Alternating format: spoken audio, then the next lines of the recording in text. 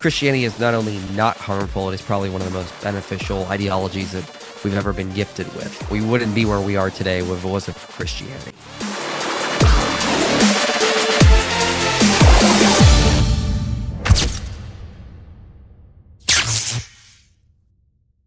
Hello and welcome to the NT podcast. I'm Nemanja Jurisic and today I have incredible opportunity to speak with Michael Jones from the YouTube channel Inspiring Philosophy. Welcome, Michael. How are you doing? Yeah, I'm doing good. Thanks for having me.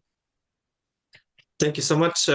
And before this interview, we talked a month ago, I believe, but we forgot. And today we quickly said, "Hey, do we have an interview today or what?" And you said, "Let's do it." So I Yeah. appreciate that and thank you so much.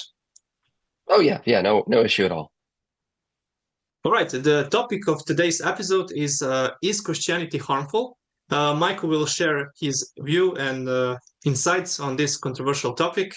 Through our discussion, we'll explore various aspects of Christian philosophy, history, and its impact on society. If you're interested in a deep dive into this question, stay tuned. Before we start, just a quick reminder to subscribe to the channel, like the video, and leave the comment. In the video description, you'll find a link for donations, and your support means a lot to us. So, Michael, my first question for you is if Christianity is good for society, why have we had such a bloody history where Catholics and Protestants killed each other, or they together killed smaller sects or Jews and others? Yeah, well, the answer is because Christians are humans and humans are naturally violent. There's nothing in Christianity that has made humans more violent.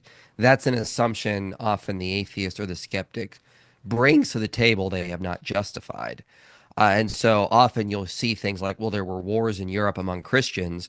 Look at what Christianity does to humanity. And that's not really justified. There have been wars throughout human history. There have been wars in atheistic societies, like the USSR, for example. Uh, Mussolini was an avowed atheist and was participating largely in World War II. Hitler was anti-Christian in a lot of his rhetoric and thought, and was the chief villain of World War II. So the idea that Christianity makes people more violent is an assumption people bring to the table. And research does not support that. For example, there's a study by Davis Brown called The Influence of Religion on Interstate Armed Conflict. And he notes he looked at three religions: Buddhism, Islam, and Christianity. He found Buddhism was non significant. Islam was positively associated with more interstate armed conflict, but Christianity was negatively associated with interstate armed conflict. So the research shows is that Christianity actually decreases violence. It doesn't increase more. And I talk about this in a longer video if anyone's interested called Does Christianity Cause War and Violence? And I go over even more studies that show that it seems as though Christian religiosity reduces violence.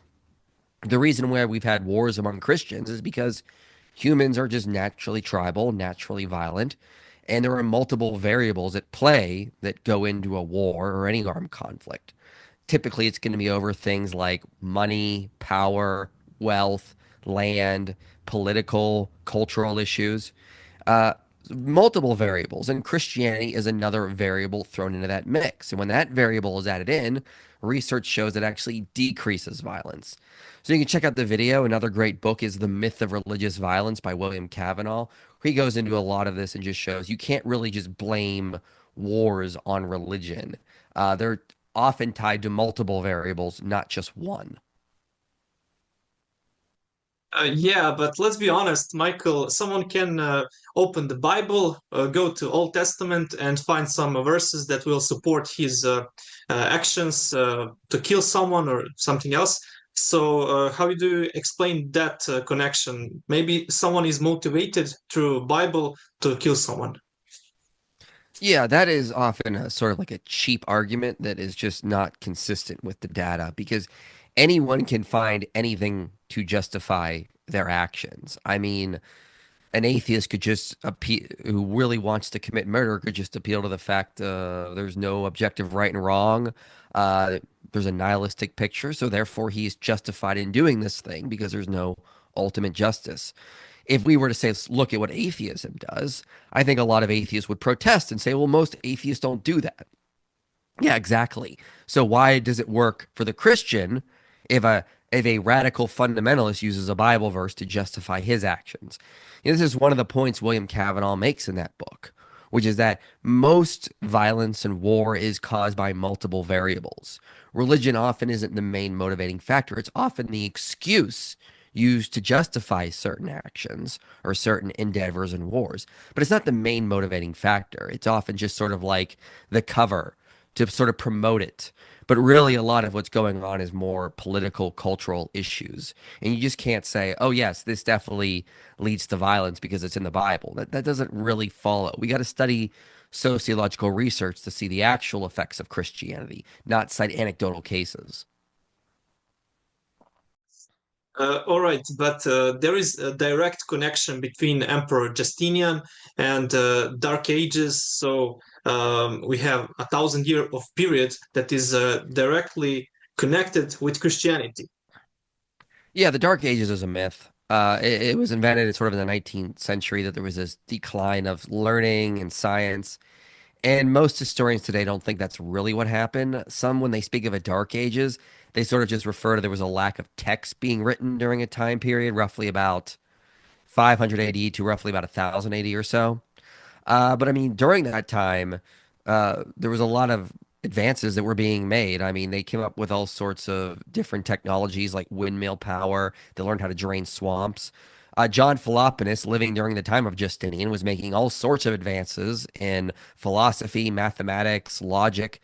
After him came Leo the mathematician, who again made many advances in mathematics, astronomy. He invented a new script that helped them translate or copy texts much faster. Uh, in the West, the monk Alcuin, who was in France, was advancing literacy and learning under uh, Emperor Charlemagne, for example. The idea there was this dark ages of learning is not really compatible with what we actually know from history. The studies of the classical works continued on under people like Philoponus, Leo the mathematician, Alcuin, as I named.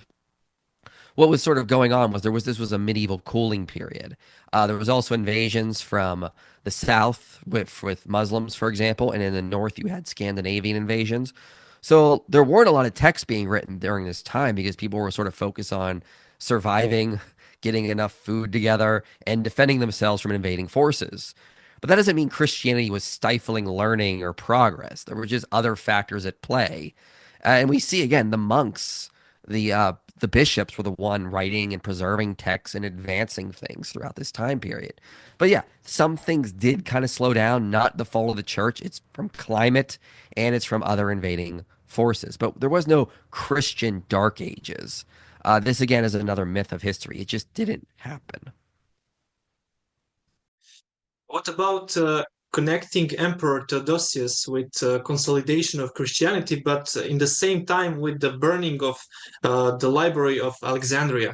That's horrible. Some of my friends say that they regret that Christianity has even begun because of Christianity. They burned this library. So Yeah, that didn't happen. It's another myth. The Library of Alexandria was never burned by Theodosius or any Christian mob. The first thing you need to know about it is there's so many myths about the Library of Alexandria. Like some ancient texts say it held over 1 million scrolls. But I mean, like people that have been estimating this, like I'm trying to remember, like R.S. Bagnall, for example, or James Hannum, have estimated that it probably only had maybe about 20,000 scrolls or so. We're not talking about a really big library. Second of all, it was probably one of the biggest of the ancient world, but the idea that it had 500,000 scrolls, probably not accurate. It probably had maybe 20 to 50,000, somewhere in that range of scrolls. The other thing to keep in mind is that this library was not like a place of like science and math. It was dedicated to the muses. It was mostly a library of poetry and literature. So the idea that this library was a epic center of learning and Christians hated science, so they burned it down is just not based in reality. It was a fairly big library, 20 to 50,000 scrolls, not 1 million, but mostly of poetry. And what happened was probably lack of funding. So, libraries were expensive to maintain. And in the ancient world, when the main source of lighting was by candlelight or fire, oftentimes places where there was a lot of parchment uh, would be sort of affected by that and could easily cause damage. So they required a lot of upkeep, and that was expensive because if you had a scroll that was wearing down, you'd have to pay someone to sit and meticulously copy it to have an updated version. Over time, that sort of various things like disease, famine, wars, Rome was diverting more money to those things and not necessarily upkeeping a library. So in 215, the Roman Emperor Caracalla massacred the young men of Alexandria and let the soldiers plunder the city. The Alexandrian library was probably damaged there. Uh, he also notes that Caracalla cut off. John Mal. Malalas, I think is how you pronounce it, notes that Caracalla cut off funding to the actual museum, the larger uh, structure that the library was part of. Then in 274, Aurelian sacked the city in a civil war, and then Emperor Diocletian sacked it in 295 AD. From all of these episodes, the library was probably gone by then because of constant the city being destroyed, fire spreading during these times, and lack of funding meant that it probably wasn't going to be around. Now, what actually happened during the time of Theodosius was the Serapeum was attacked. Now, the Serapeum originally had a library. It may not have been around by that point. But what happened under Theodosius is that a mob of pagans was persecuting Christians, torturing them, and they were like sort of like held out in the Serapeum itself, which was a temple dedicated to Serapis. Theodosius said that they could, of course, go in and take care of the pagans, but he didn't really, I believe he didn't really lend them any soldiers or help. This is something that Alexandria had to deal with. So they attacked the Serapeum, they killed the pagans inside, and they turned the Serapeum into a church. Okay. No mention in the actual text about an actual library that was destroyed at the Serapeum either. And by this time, there's no text that even mention the Library of Alexandria. So it probably was destroyed even before Constantine, due to lack of funding and constant wars.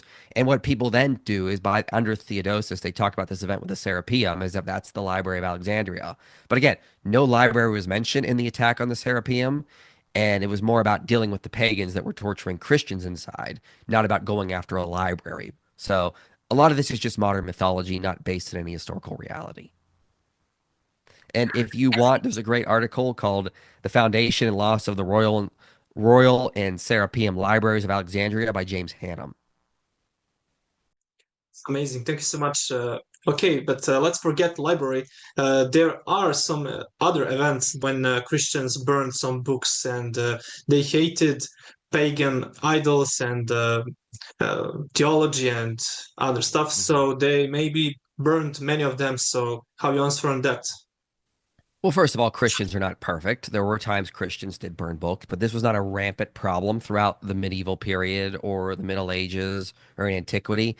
This happened, but it was rare. I mean, most of the books we have today are preserved thanks to Christian monks who meticulously copied pagan literature and pagan works that sometimes were harmful to them. So we know about people like Lucian or Tacitus or Celsus, for example. None of these guys really like the Christians, but the reason we have their works is because Christians meticulously copied them. So, not all Christians were perfect. There were times when books were burned. That happened. But the idea that this was just a rampant problem is just not based in reality. Most of the books we have that of the ancient Greek literature from antiquity are because Christians wanted to preserve and keep them. I mean, Augustine, for example, talked about Christians seizing knowledge from the pagans, that this was a good thing, that we should learn what we can from the world. And uh, this idea that they were not like teaching this stuff is just nonsense. Again, the classical works were still being taught throughout this so called Dark Ages. All right, I agree. Thank you. And now, how do you reconcile this fact that Christians killed many scientists such as Hypatia, Giordano Bruno, and Galileo, and others? Yeah, this is also mythology.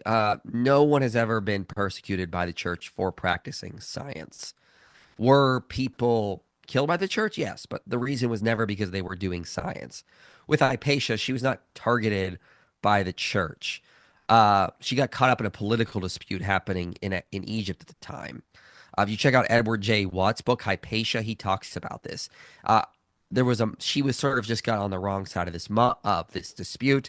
There was a mob that went to confront her, probably without the intent of killing her, and then mob rule took over and she was torn apart. It had nothing to do with her science. It had nothing to do with any of that. It was all about a political dispute. Galileo was not persecuted for doing science, let alone killed.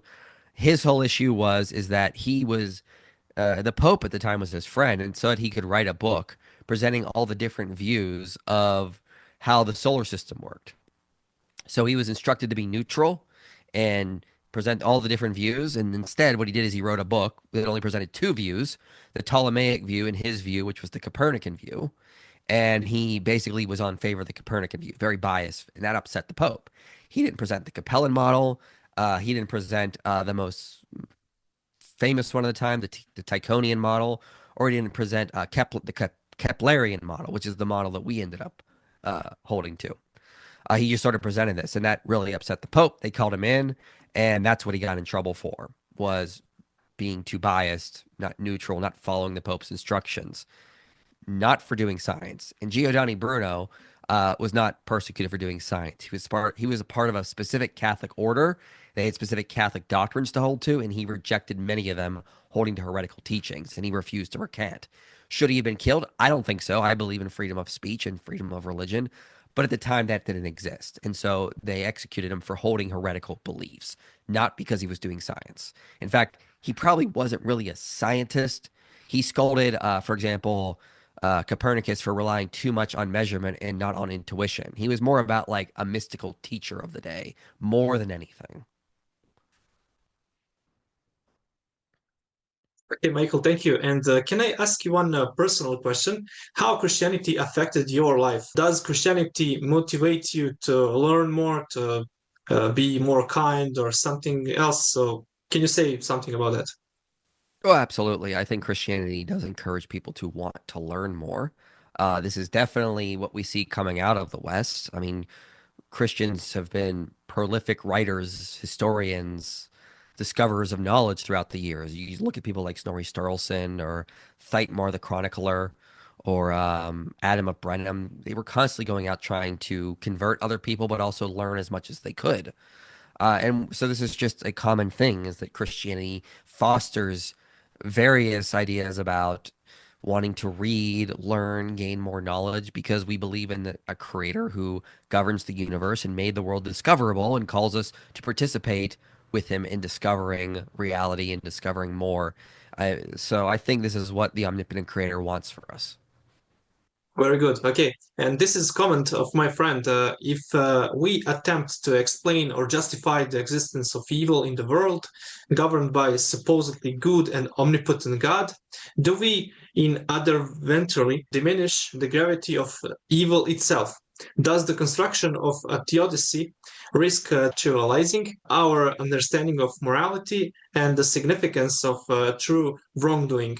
If yes, this suggests that Christianity, by prompting such justifications, becomes harmful insofar as it legitimizes moral trivialization and undermines our capacity to recognize the true nature of evil. Okay, sorry for my bad English. Yeah, I don't think that that's the case. So I mean, like, I'm not sure if I fully understand the question here, but uh, I don't see how it would trivialize evil. For one thing, if God doesn't exist, I mean, there is no real evil, I would say. What actually defines what evil is? I mean, if everything is just natural, if naturalism is true, evil is just what we call neutral aspects of the natural world.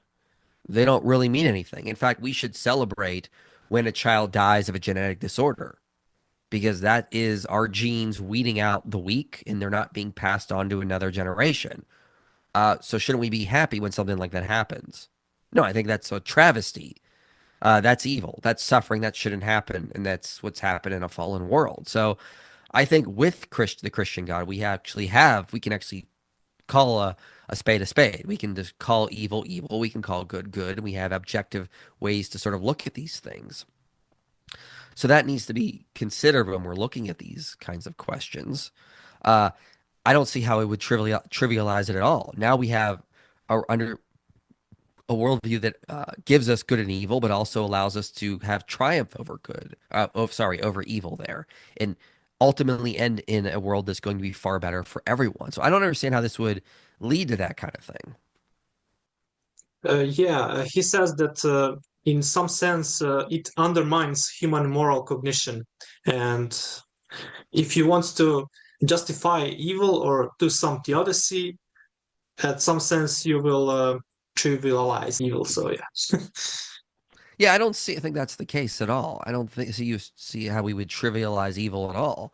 Uh, because for one thing, we're not saying that evil exists for trivial reasons, but for very, very important reasons. We need it. I mean, it's because God created free creatures, first of all. Uh, it's important for soul building. It's important for God not to basically turn us into robots and control our actions. We have to actually have free choices, and some people are going to go wrong in how they exercise those free choices. So I'd have to see what he means by trivializing, because I don't think that's would just follow. And I don't think I've ever even seen that argument made from atheist philosophers that theodicy somehow trivialize evil.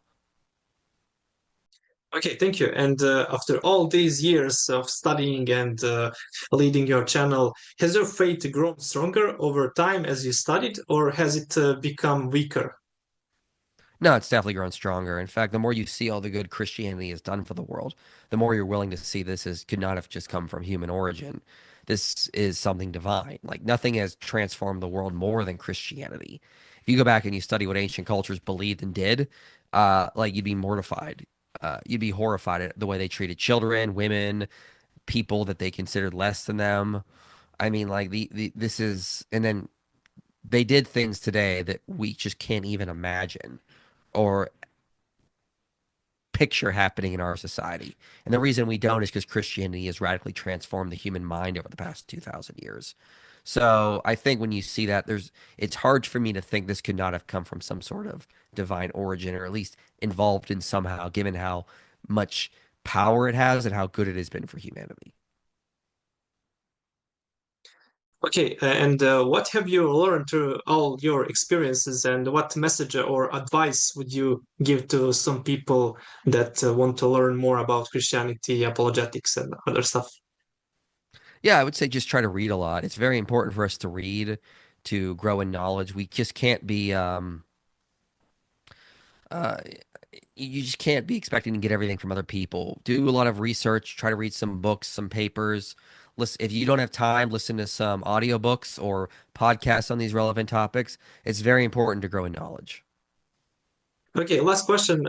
Can you say what is the best thing or base for your faith that is, how to say, best for someone to study more and, yeah, base his faith? Yeah, I Do would you say get understand? involved in a local church, like a Bible study.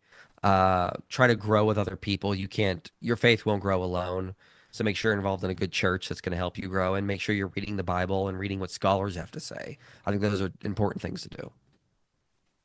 Okay, any conclusion, message for people in Serbia about Christianity? Is it harmful? Do you have any last word about that? There, Christianity is not only not harmful, it is probably one of the most beneficial ideologies that we've ever been gifted with. We wouldn't be where we are today if it wasn't for Christianity. Okay, Michael, thank you so much. Dear audience, thank you for tuning into this episode with Michael Jones. So we hope you enjoyed this in-depth discussion about whether Christianity is harmful. If you have any questions or comments, feel free to leave them below. Don't forget to subscribe to NT Podcast, like the video, and share it with friends who might be interested in this topic. Also support us with donations so we can continue creating quality content. Thanks again, and see you next time.